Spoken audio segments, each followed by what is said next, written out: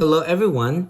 This video will show how to change slope-intercept form equation of a line to its equivalent two intercepts form. So what are we having here is that we're given the slope-intercept form y equals mx plus b, and we're going to transform it to its equivalent two intercepts form, which is x over a plus y over b equals 1. Before we go further, please feel free to check out the description below for the link of the other series of topics related to linear equation. Before we go over some examples, let's have a review on the basics of slope-intercept form of a line and the two-intercepts form of a line.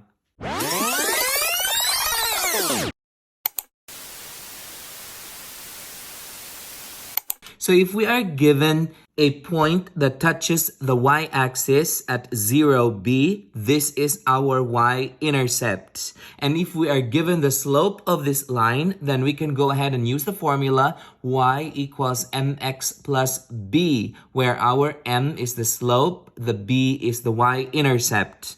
On the other hand, sometimes the slope is not given, but another point is given. So if another point is given, we can go ahead and solve for the slope of the line using these 2 points, and we can still use the equation y equals mx plus b.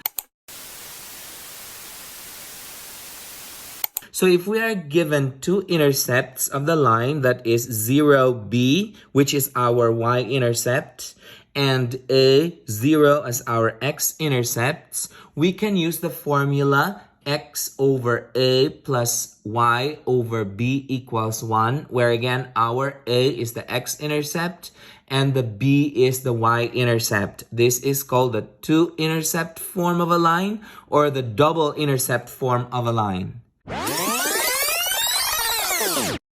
Okay, to better understand how to change a slope-intercept form of a line to its equivalent two-intercepts form, we go over this example. So the slope-intercept form is y equals 3x plus 9, and we're going to change it again to its equivalent two-intercepts form. So I'm going to go ahead and write that equation up here.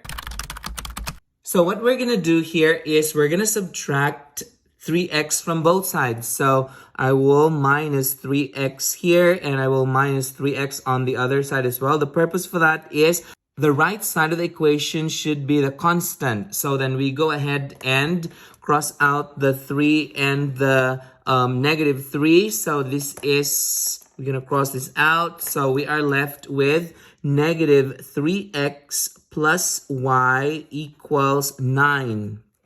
For the two-intercepts form of a line, the right side of the equation should be equal to 1. This tells us that we are supposed to divide both sides by 9 so that the right side becomes 1. I divide this by 9 and then I'm going to divide this by 9. So then we go ahead and simplify this further. Now we remember that our x or the coefficient of x should be 1. So we can go ahead and simplify this further. That's negative 3 over 9. We can actually write that as, that's gonna be, there's 1 3 in 3 and there are 3 3s in 9. So this gives us, that's gonna be x over negative 3. So I put the negative down so that our x is positive, plus y over 9, and that is equal to 1. This is the equivalent two-intercepts form of this given slope-intercept form right there, where our a is negative 3 or the x-intercept is negative 3 and our y-intercept is at 9. So I'm going to go ahead and write that information down here.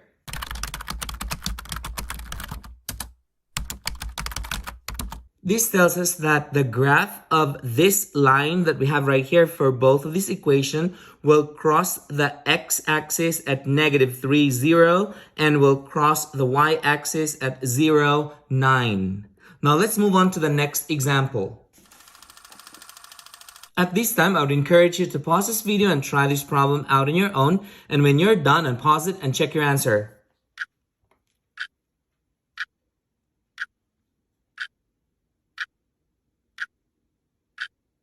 Okay, so we go over the problem here. So I'm going to go ahead and write this equation down here. Again, for a two-intercept form of a line, the right side of the equation should be equal to 1. So we go ahead and subtract 2/5 x from both sides. So this is how it's going to look like. So minus 2/5 x. So I'm going to minus this by 2/5 x as well. And so we can go ahead and cross the 2/5 x here. So we're left with negative 2/5 x plus y equals negative 3. Again, we remember that the right side of the equation should be equal to 1. So we go ahead and divide both sides by negative 3. So I divide this by negative 3, divide this by negative 3, and divide this by negative 3. So we go ahead and simplify this further.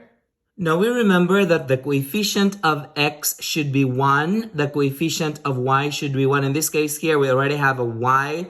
We already have a 1 as the coefficient of y. So what are we going to do here is that we are going to divide the numerator by 2/5. And I will divide the denominator by 2/5 as well. The purpose for that is we wanted the numerator equal to 1. So our equation would come out negative 2/5 divided by 2/5 is negative 1. So we are already left with negative x over, that's negative 3 over 2/5.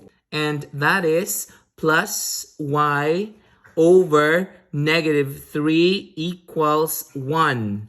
We go ahead and simplify this negative 3 over 2/5. We can do that by flipping the denominator and multiplying across. So this would come out negative x over negative 3 times 5 over 2. So again, what I did was I simplify this complex fraction in the denominator. I flip the denominator and multiply across. And then that is plus y over negative 3 equals 1.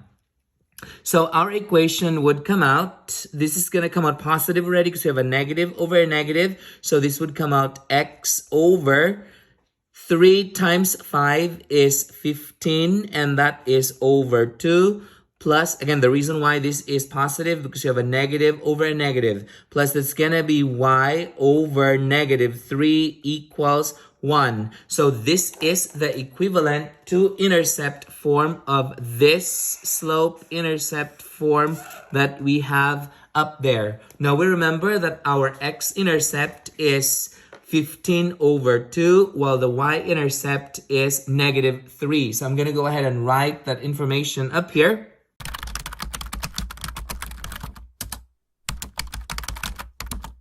This tells us that both of these equations are equivalent. And if we graph this equation, or if we graph the line of this equation, the line would cross on the x-axis at 15 over 2, 0, and on the y-axis at 0, negative 3. Did you get the same answers as this?